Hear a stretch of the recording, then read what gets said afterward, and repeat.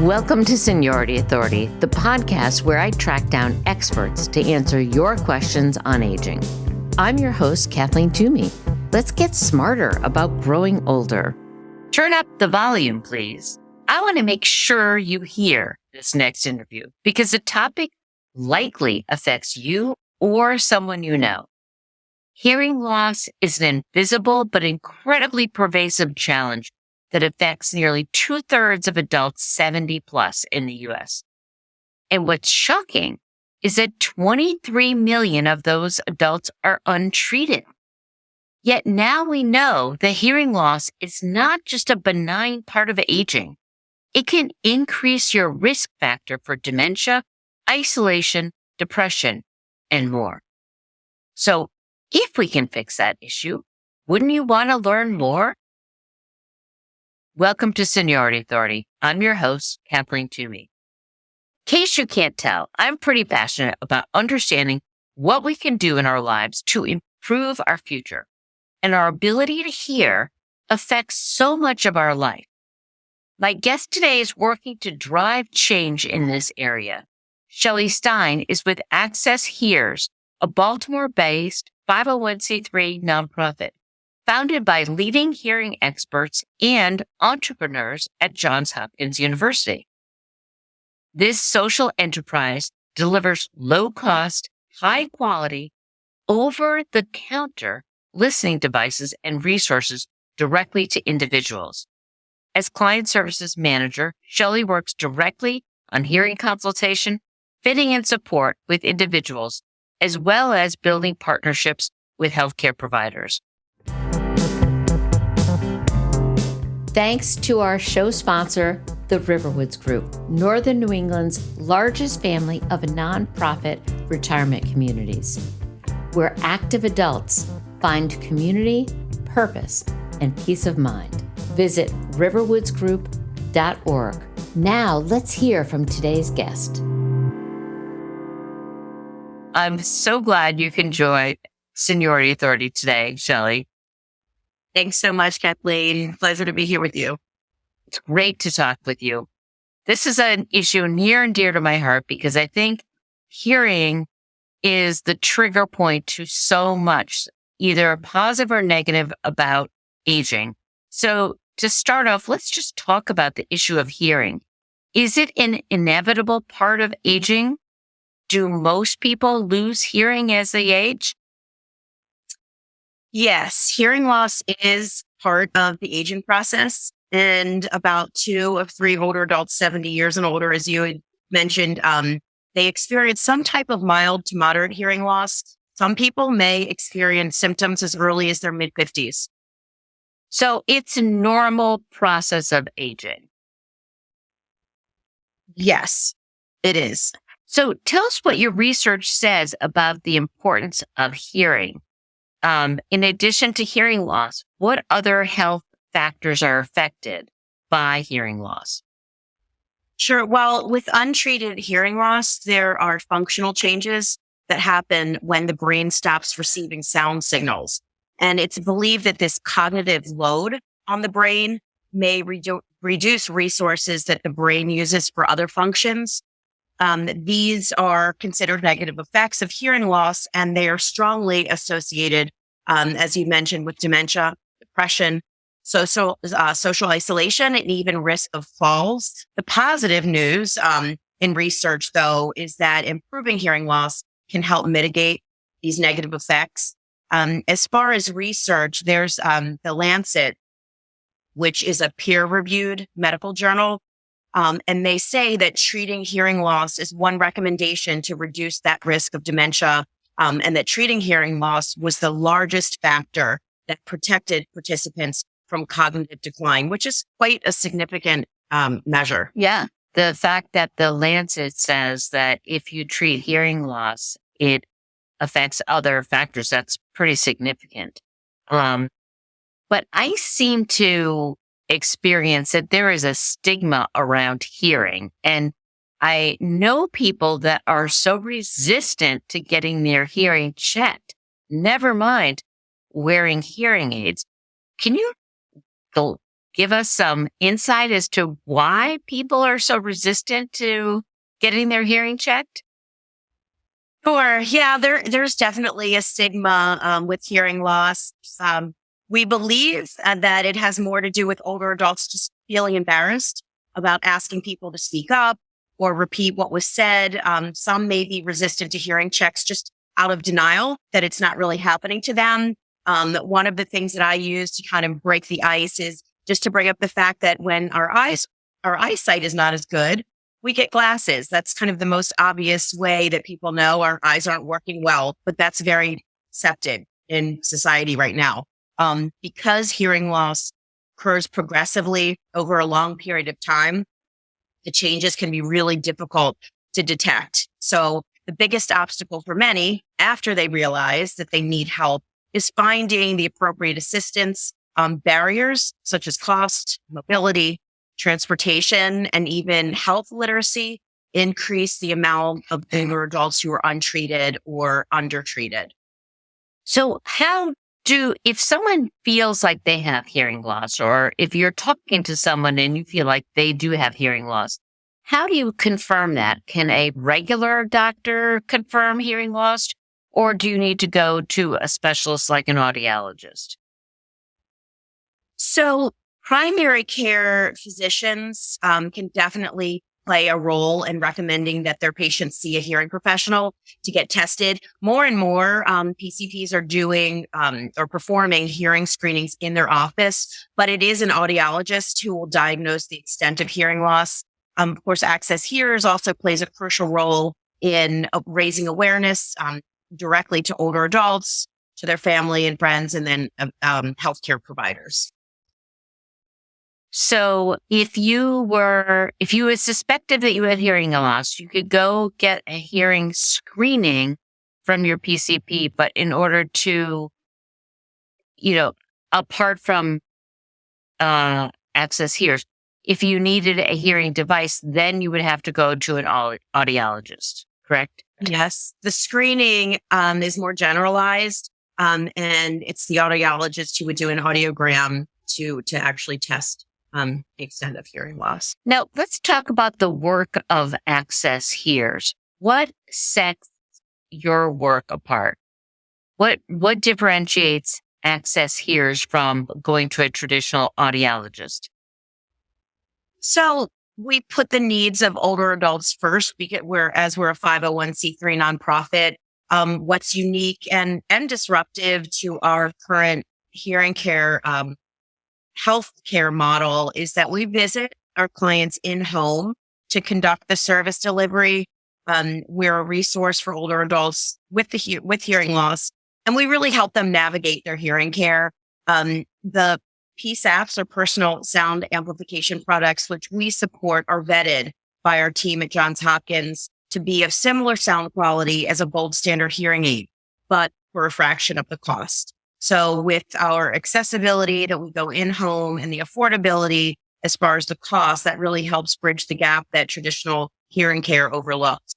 So you will go into, you're Baltimore-based, you go into people's homes, which makes it much easier, especially for those who have trouble with transportation or mobility, do an assessment, and then you provide a unique device to them. So no visit to an audiologist is required? It is not required. During our consultation, we'll ask certain questions and have a discussion about their hearing care experience to make sure that it's mild to moderate. And we would be able to work with someone who has mild to moderate hearing loss. If we feel that they have more profound or severe hearing loss, then we would either refer them to an audiologist or back to HASA, which is the Hearing and Speech Agency, one of our partners. Okay. Now, so clearly going to people's homes, that's a differentiator. But then you have a device that is different from traditional hearing aids. Can you tell me a little bit about that device? So PSAPs, or personal sound amplification products, are different than hearing aids because they're not considered medical devices. The good thing is it makes them much more cost effective and accessible.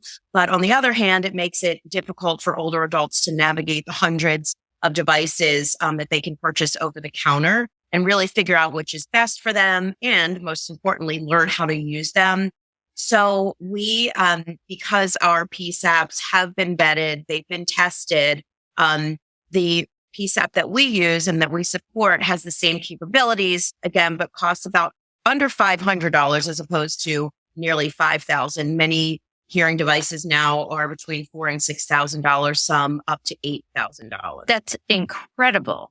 And if 5 listeners are not in the Baltimore area, but they want to get a PSAPs on their own, how would they go about that?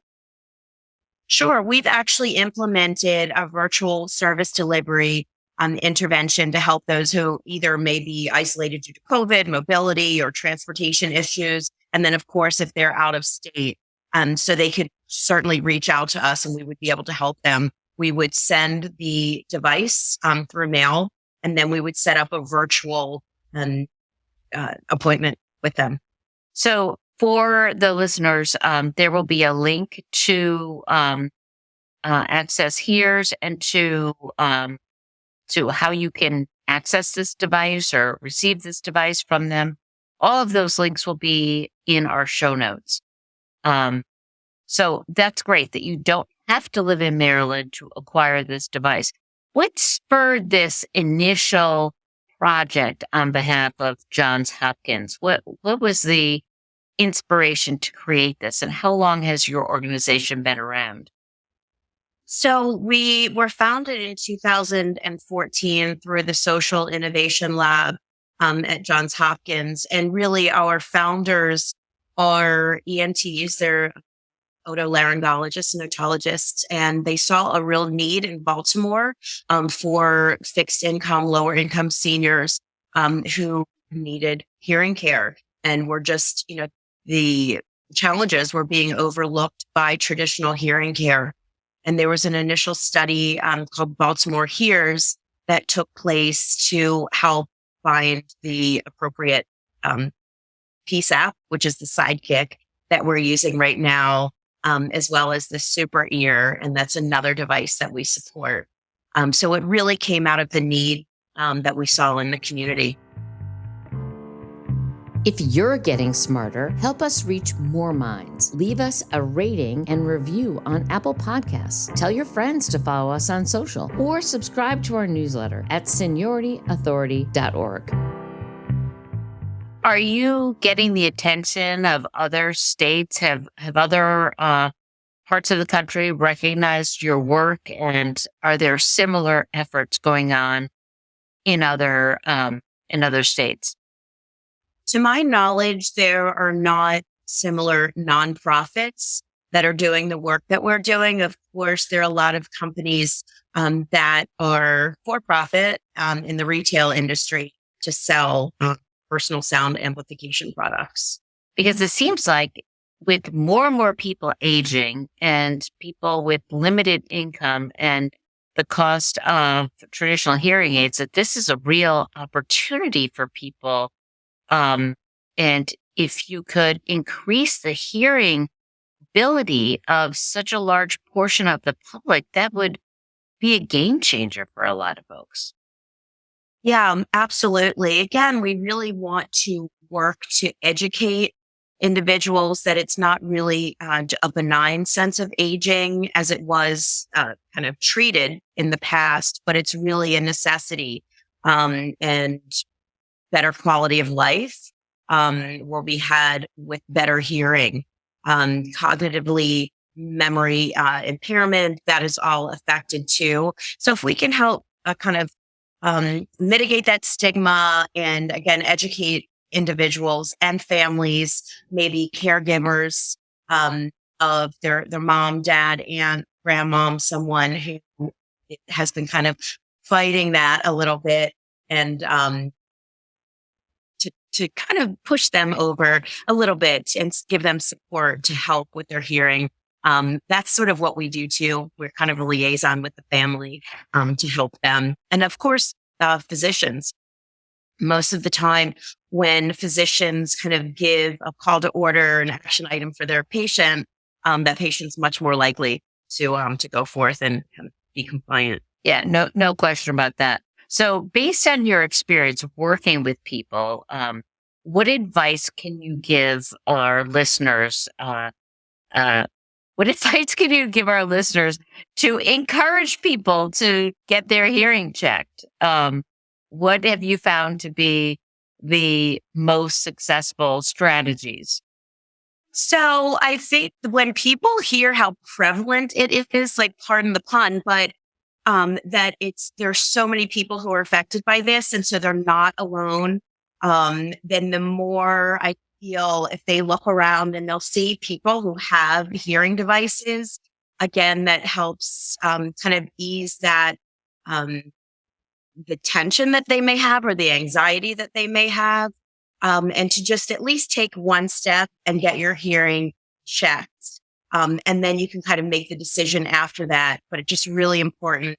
And talk to your family, talk to your peers as well, because that may be something that's sort of this traditionally taboo subject. But once you start talking, people will find that other people are experiencing the same thing. And, I know I'm coming from a different point of view, but the hearing aids that are on the market right now are so invisible that really a lot of people would not realize you have a hearing aid. And isn't it more important to be, I hate to think of that traditional family gathering around the dinner table and you have an older adult who is missing the conversation.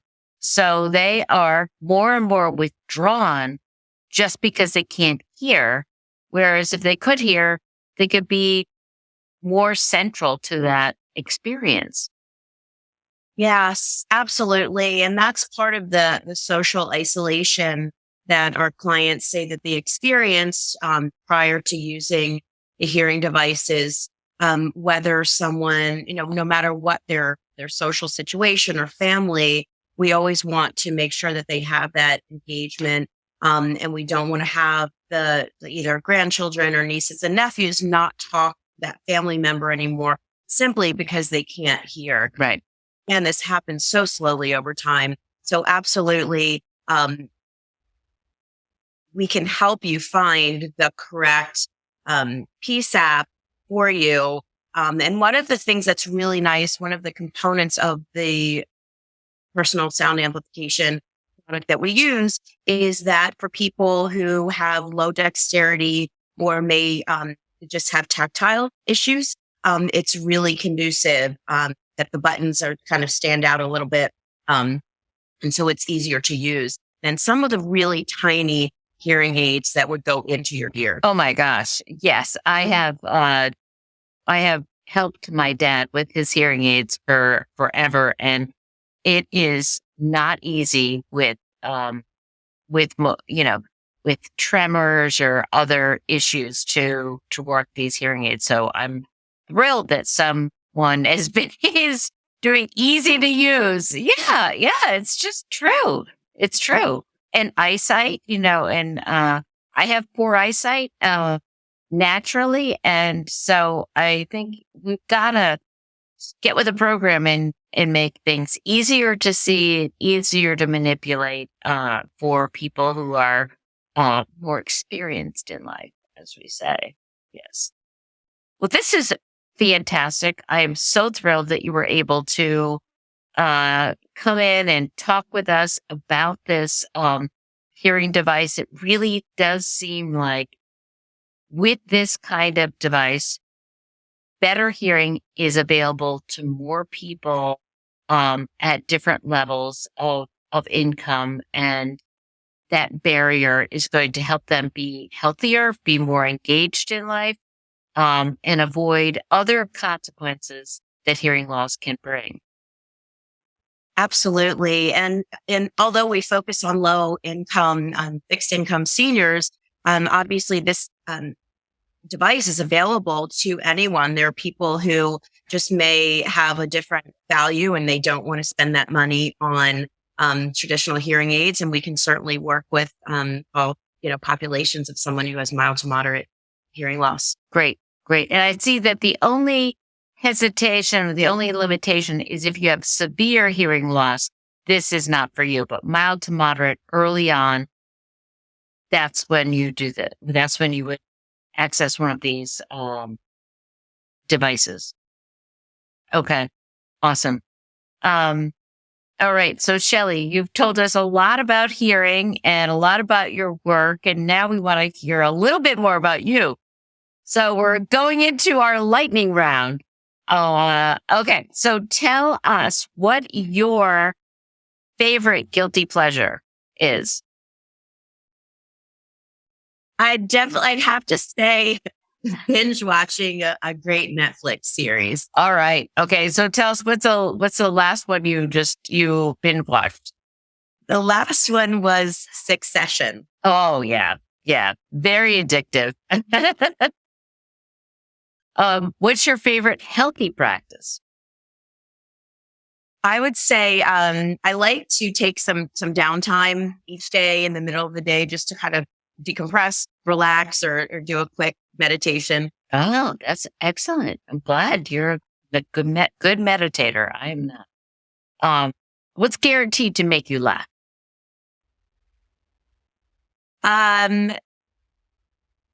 Probably watching, if I flip through and I see the game show Family Feud, that's definitely a good laughing moment.